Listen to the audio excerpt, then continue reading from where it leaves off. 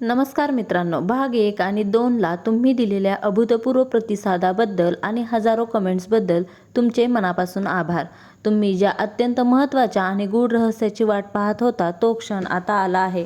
आजच्या या तिसऱ्या आणि अंतिम भागामध्ये आपण अशा एका सत्याचा सामना करणार आहोत जे ऐकून कदाचित तुमच्या पायाखालची जमीन सरेल. मित्रांनो, ज्योतिषशास्त्र हे केवळ ग्रहांची गणना करत नाही, तर ते मानवी स्वभावाच्या आणि विश्वातील अदृश्य शक्तींच्या गडद बाजूंचाही अभ्यास करते. पहिल्या 2 भागात आपण नजरदोष, त्यांचे प्राथमिक उपाय आणि तुमच्या आयुष्यात विघ्न आणणाऱ्या 3 गुप्त शत्रूंचे ढोबळ स्वरूप पाहिले. पण आज आपण कोणत्याही प्रकारे वेळ न घालवता थेट त्या विषयाला हात घालणार आहोत ज्याचा विचार करतानाही अंगावर काटा येतो. तुमच्या घरात, तुमच्या कुटुंबात आणि खास करून मिथुन राशीच्या जातकांच्या आयुष्यात जे काही अघटित घडत आहे तो केवळ एक योगायोग नाही. जेव्हा एकामागून एक संकटे येतात तेव्हा घरातील कर्ता पुरुषाचे किंवा स्त्रीचे आरोग्य वैद्यकीय कारणाशिवाय खालावत जाते, जेव्हा घरात सतत पैशाची चणचण भासते आणि असून नसून सारखेच दिवस जगावे लागतात, तेव्हा समजून जा की कोणीतरी तुमच्या प्रगतीचा मार्ग पूर्णपणे खिळवून टाकला आहे. याला ज्योतिषशास्त्रात किरडू दोष, मूठ मारणे किंवा स्मशान बाधा असे म्हणतात. आजच्या या महा एपिसोडमध्ये मी तुम्हाला अशी काही विदारक आणि अकाट्य सत्य सांगणार आहे जी थेट तुमच्या घरात घडणाऱ्या घटनांशी तंतोतंत मॅच होतील. हा व्हिडिओ पाहत असताना तुम्हाला स्वतःलाही जाणीव होईल की हो, हे माझ्याच सोबत घडत आहे. आणि सर्वात शेवटी मी तुम्हाला असा एक महाविधी सांगणार आहे ज्यासाठी तुम्हाला कोणत्याही मांत्रिकाकडे किंवा भोंदूबाबाकडे जाण्याची गरज नाही. तुम्ही स्वतः आपल्या घरात बसून देवघराच्या साक्षीनं ही बाधा मुळासकट उपटून टाकू शकता. व्हिडिओ पूर्ण पहा, कारण अर्धवट ज्ञान हे नेहमी संकटात टाकणारे ठरते. ज्योतिषशास्त्राच्या गहन नियमानुसार मिथुन राशी ही कालपुरुष कुंडलीची 3री रास आहे. या राशीचा स्वामी बुध आहे. बुध हा राजकुमार ग्रह आहे. राजकुमार जसा निष्पाप असतो, कोणावरही चटकन विश्वास ठेवतो, तसेच काहीसे मिथुन राशीच्या जातकांचे होते. तुम्ही लोकांचे भले करायला जाता, कोणाला तरी आर्थिक किंवा मानसिक मदत करता आणि तीच व्यक्ती तुमच्या विनाशाची कारणे शोधू लागते. कुंडलीमध्ये 6वे स्थान हे शत्रू, रोग, कर्जाचे असते, तर 8वे स्थान हे गुरु, विद्या, अचानक येणारी संकटे आणि अदृश्य बाधांचे असते. जेव्हा मिथुन राशीच्या जातकांच्या कुंडलीत राहू आणि केतू या 2 छायाग्रहांची दृष्टी 6व्या किंवा 8व्या स्थानावर पडते किंवा शनिदेव जेव्हा तुमच्या राशीतून विशिष्ट गोचरातून जातात, तेव्हा तुमच्या भोवती असलेल्या नकारात्मक ऊर्जेला प्रचंड बळ मिळते. या काळात तुमचे छुपे शत्रू अत्यंत सक्रिय होतात. हे शत्रू बाहेरचे नसतात. तंत्रशास्त्र सांगते की ज्या व्यक्तीला तुमच्या प्रगतीची खडानाखडा माहिती असते तीच व्यक्ती तुमच्यावर असा प्रयोग करू शकते.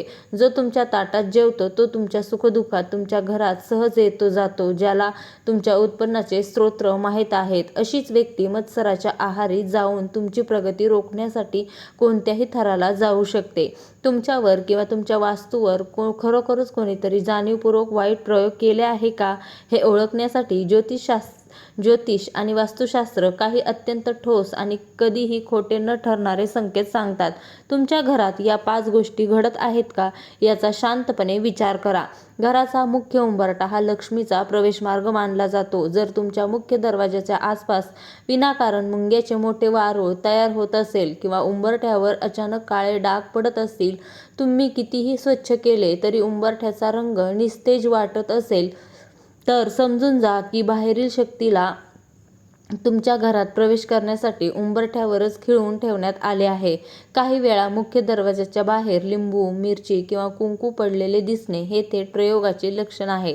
पण जर हे उघडपणे दिसले नाही, तर घरातली पाळीव जनावरे मुख्य दरवाजाकडे पाहून विनाकारण भुंकतात किंवा घाबरून पळतात. जर तुम्ही घरात आणलेले धान्य, तांदूळ किंवा गहू खूप लवकर खराब होत असतील, त्यात वारंवार किडे किंवा काळे किडे पडत असतील, तर हा अन्नपूर्णा दोष मानला जातो. जेव्हा कोणाची वाईट दृष्टी किंवा अघोरी बाधा घरात प्रवेश करते, तेव्हा तिचा पहिला फटका घरातील अन्नाला बसतो. घरात अन्न भरपूर शिजवणे शिजवले तरी ते अपुरे पडते किंवा अन्न शिल्लक राहिले तर ते अत्यंत वेगाने सडते आणि त्याचा उग्र वास येतो. वास्तुशास्त्रानुसार घरातील पाण्याचे स्थान, उदाहरणार्थ विहीर, पाण्याची टाकी किंवा नळ, हे चंद्राचे आणि संपत्तीचे प्रतीक असते. जर तुमच्या घरातील नळ दुरुस्त करूनही वारंवार गळत असतील, टिप टिप असा पाण्याचा आवाज रात्रीच्या शांततेत सतत ऐकू येत असेल, तर ती घरातील लक्ष्मी निघून जाण्याची आणि वास्तूवर नकारात्मकतेचे साम्राज्य असण्याची चिन्हे आहेत. घरातील लहान मुले, वय वर्ष 7 वर्षाच्या आतील, ही अत्यंत संवेदनशील असतात. त्यांच्यातील ॲरॉ म्हणजेच तेजोवलय खूप शुद्ध असते. जर घरातील लहान मुलं रात्रीच्या वेळी अचानक एकाच ठराविक वेळेला, उदाहरणार्थ रात्री 10:30, 11:30, 1:30 किंवा मध्यरात्री 3 वाजता मोठ्याने दचकून रडू लागले किंवा आईवडिलांनी कितीही समजावले तरी ते शांत होत नसेल, त्यांचे डोळे छताकडे किंवा खोलीच्या एका विशिष्ट कोपऱ्याकडे लागलेले असतील, तर ती सामान्य गोष्ट नाही. याचा अर्थ त्या खोलीच्या कोपऱ्यात किंवा वास्तूमध्ये कोणती तरी अतृप्त नकारात्मक ऊर्जा वावरत आहे, जी मुलाला दिसत आहे. ज्या घरात नकारात्मक प्रयोग केला जातो त्या घरातील कुललक्ष्मी म्हणजेच घरातील मुख्य स्त्री सर्वात आधी प्रभावित होते. स्त्रीच्या शरीरात नकारात्मक ऊर्जा खूप लवकर प्रवेश करते. विनाकारण पाय दुखणे, कंबर दुखणे, गर्भाशयाच्या समस्या उद्भवणे किंवा डॉक्टरकडे गेल्यावर सर्व रिपोर्ट नॉर्मल येऊनही शरीरात प्रचंड वेदना होणे, हे बाहेरच्या बाधेचे अत्यंत अचूक लक्षण आहे. अशा वेळी औषधे काम करत नाहीत. तिथे केवळ आणि केवळ आध्यात्मिक उपायच लागू पडतात. मित्रांनो, आता मी तुम्हाला जी पद्धत सांगणार आहे ती अत्यंत प्राचीन आणि गुप्त आहे. तुमच्या पाठीमागे कोण आहे हे तुम्हाला स्वतःला कळू शकते. यासाठी तुम्हाला कोणत्याही ज्योतिषाकडे जाऊन पैसे खर्च करण्याची गरज नाही. हा विधी करण्यासाठी तुम्हाला गुरुपौर्णिमेच्या नंतर येणाऱ्या पहिल्या मंगळवारी किंवा शनिवारी रात्री हा प्रयोग करावा लागेल. आवश्यक साहित्य: 1 मातीचा नवीन दिवा, मोहरीचे शुद्ध तेल, 2 अखंड लवंगा, 1 पांढरा कोरा कागद आणि काळी शाई. विधी: काय करायची कृती: रात्री 10:30 वाजल्यानंतर घरातील सर्व सदस्य झोपल्यावर आपल्या देवघरासमोर किंवा एका शांत खोलीत बसा. जमिनीवर आसन घ्या. मातीच्या दिव्यात मोहरीचे तेल टाकून तो दिवा प्रज्वलित करा. त्या दिव्याच्या ज्योतीकडे एकटक पहा. 2 मिनिटे तुमच्या कुलदैवतेचे स्मरण करा. त्यानंतर त्या कोऱ्या कागदावर काळ्या पेनाने एक गोल वर्तुळ काढा. त्या वर्तुळाच्या आत तुमच्या मनात ज्या 3 किंवा 4 संशयित व्यक्तींवर संशय आहे त्यांची नावे लिहा. कागद दिव्यांच्या समोर ठेवा. आता त्या 2 लवंगा आपल्या उजव्या हातात घट्ट धरा आणि म्हणा, माझ्या आयुष्यात, माझ्या कुटुंबात आणि माझ्या प्रगतीत जो कोणी बाधा आणत असेल त्याचा चेहरा आणि त्याचे सत्य माझ्यासमोर येऊ दे. त्या दोन्ही लवंगा त्या जळत्या दिव्याच्या तेलात टाकून द्या. त्यानंतर शांतपणे झोपा. आता शत्रू कसा ओळखायचा? सत्य संकेत आहेत. पुढील 72 तासाच्या म्हणजेच 3 दिवसाच्या आत तुमच्यासोबत 3 गोष्टी घडतील. पहिली गोष्ट: स्वप्नात संकेत. स्वप्नात तुम्हाला ती विशिष्ट व्यक्ती दिसेल जी तुमच्याशी कपट करत आहे. स्वप्नात ती व्यक्ती तुम्हाला काहीतरी मागताना किंवा तुमच्या घरातून काहीतरी चोरून नेताना दिसेल. दुसरी: अचानक भेट किंवा फोन. ज्या व्यक्तीने तुमच्यावर वाईट नजर ठेवली आहे किंवा प्रयोग केला आहे ती व्यक्ती अचानक कोणतीही गरज नसताना तुमच्या घरी येईल आणि तिचा फोन येईल. ती तुमच्या प्रकृतीची किंवा आर्थिक स्थितीची चौकशी अतिशय गोड बोलून करेल. तिसरा: शारीरिक बदल. जेव्हा ती संशयित व्यक्ती तुमच्या समोर येईल तेव्हा ती तुमच्याशी डोळे मिळवून बोलू शकणार नाही. तिचा चेहरा अचानक काळा निळा पडेल किंवा ती तुमच्या घरातील देवघराकडे पाहणे टाळेल. हा निसर्गाचा आणि ज्योतिषशास्त्राचा नियम आहे. जेव्हा तुम्ही सत्याचा शोध घेता तेव्हा निसर्ग तुम्हाला कोणत्या ना कोणत्या रूपात संकेत नक्की देतो. जर तुम्हाला खात्री पटली असेल की तुमच्यावर किंवा तुमच्या घरावर तंत्रबाधा, नजरदोष किंवा शत्रूंचा प्रयोग आहे तर घाबरून जाण्याची मुळीच गरज नाही. आपल्या सनातनी संस्कृतीत किंवा हनुमान उपासनेत प्रत्येक संकटावर तोडगा आहे.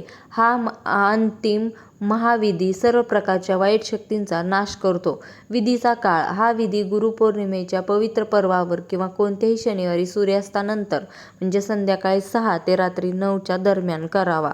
आवश्यक साहित्य: 1 अख्खा जटा असलेला नारळ, पाणी असलेला नारळ ज्यावर शेंडी असते, काळा गंध किंवा काजळ, 7 सुक्या लाल मिरच्या, देठ असलेल्या 1 मूठभर काळे उडीद, एक लहान तांब्याचा कलश पाण्याने भरलेला. महाविधीची संपूर्ण प्रक्रिया: 1. सर्वप्रथम स्वतः स्वच्छ हातपाय धुवून घ्या आणि पूर्व किंवा उत्तर दिशेला तोंड करून लाल आसनावर बसा. तुमच्या समोर हनुमानजीचा फोटो किंवा मूर्ती ठेवा. हनुमानजीच्या समोर गाईच्या तुपाचा एक दिवा लावा. आता तो जटा असलेला नारळ आपल्या दोन्ही हातात घ्या. त्या नारळावर काजळाने किंवा काळ्या गंधाने 3 काळे ठिपके लावा, म्हणजेच टिळा लावा. हा नारळ घेऊन आपल्या पूर्ण घरात प्रत्येक खोलीत कोपऱ्यात प्रदक्षिणा घाला. घरात प्रदक्षिणा घालत असताना मनातल्या मनात ओम हम हनुमते रुद्रात्मकाय हुप फट या महामंत्राचा जप करत राहा. प्रदक्षिणा पूर्ण झाल्यावर घरातील त्या सदस्यांवर तुम्हाला बाधेचा संशय आहे त्यांच्या डोक्यावरून पायापर्यंत हा नारळ 21 वेळा उलट्या दिशेने ओवाळा. ओवाळून झाल्यावर तो नारळ त्या 7 लाल सुक्या मिरच्या किंवा काळे उडीद एका काळ्या कापडात एकत्र बांधून त्याची पुरचुंडी तयार करा. आता हनुमानजी समोर बसून अत्यंत भक्तिभावाने 3 वेळा बजरंग बाणचे पाठ करा. बजरंग बाण हा शत्रूचा नाश करणारा आणि बाधेला पळवून लावणारा सर्वात शक्तिशाली स्तोत्र मानला जातो. पाठ पूर्ण झाल्यावर ती काळी पुरचुंडी घेऊन तातडीने घराबाहेर पडा. ही पुरचुंडी तुमच्या घरापासून दूर कोणत्याही निर्जन ठिकाणी, झाडाच्या खाली किंवा वाहत्या पाण्यात विसर्जित करा. विसर्जित करताना मनात म्हणा, माझ्या घरातील सर्व बाधा, रोग, दारिद्र्य आणि शत्रूंचे प्रयोग मी इथेच सोडून जात आहे. सर्वात महत्त्वाची गोष्ट, तिथून निघताना मागे वळून अजिबात पाहू नका.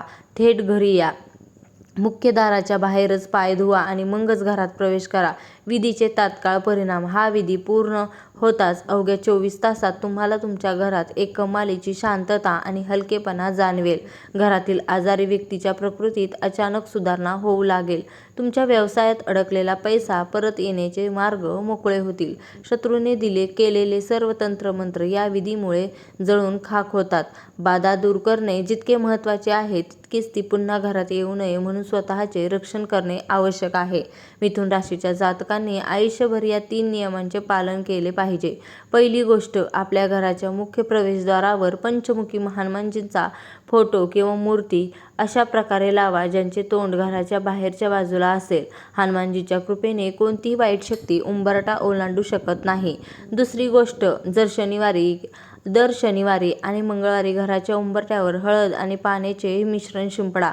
तसेच महिन्यातून किमान एकदा संपूर्ण घरात गोमूत्र किंवा गंगाजल शिंपडून वास्तू शुद्ध करा. तिसरी गोष्ट अत्यंत महत्त्वाची आहे. आपल्या कौटुंबिक आनंदाचे, पैशाचे किंवा नवीन खरेदीचे प्रदर्शन लोकांसमोर सोशल मीडियावर करणे पूर्णपणे बंद करा. मिथुन राशीची ऑरा खूप संवेदनशील असल्यामुळे तुमची स्वतःची नजरही काही वेळा तुमच्याच कामाला लागू शकते. त्यामुळे गुप्तता हाच तुमचा सर्वात मोठा सुरक्षा कवच आहे. तर मित्रांनो, आज आपण मिथुन राशीच्या जीवनातील सर्वात मोठ्या आणि गूढ संकटाचे ज्योतिषीय सत्य आणि त्यावरचा अंतिम महातोडगा पाहिला आहे. हा विधी पूर्ण श्रद्धेने, विश्वासाने आणि पवित्रतेने करा. देव आणि ज्योतिषशास्त्र कधीही खोटे ठरत नाही. गरज असते ती फक्त आपल्या अंतःकरणातील विश्वासाची. भगवान विष्णू, माता लक्ष्मी आणि महाबली हनुमानजी तुमच्या कुटुंबाचे सर्व संकटांपासून रक्षण करोत, हीच ईश्वरचरणी प्रार्थना. तुम्हाला तुमच्या आयुष्यात कोणत्या प्रकारच्या समस्या भेडसावत आहेत, तुमचे काम कोणत्या क्षेत्रात अडकले आहेत, आम्हाला कमेंट बॉक्समध्ये नक्की लिहून कळवा. जर तुम्हाला स्वतःच्या कुंडलीचे सविस्तर विश्लेषण करून हवे असेल तर तुमची जन्मतारीख, जन्मवेळ आणि जन्माचे ठिकाण कमेंट करा. आम्ही तुमच्या प्रश्नांची उत्तरे देण्याचा प्रामाणिक प्रयत्न करू.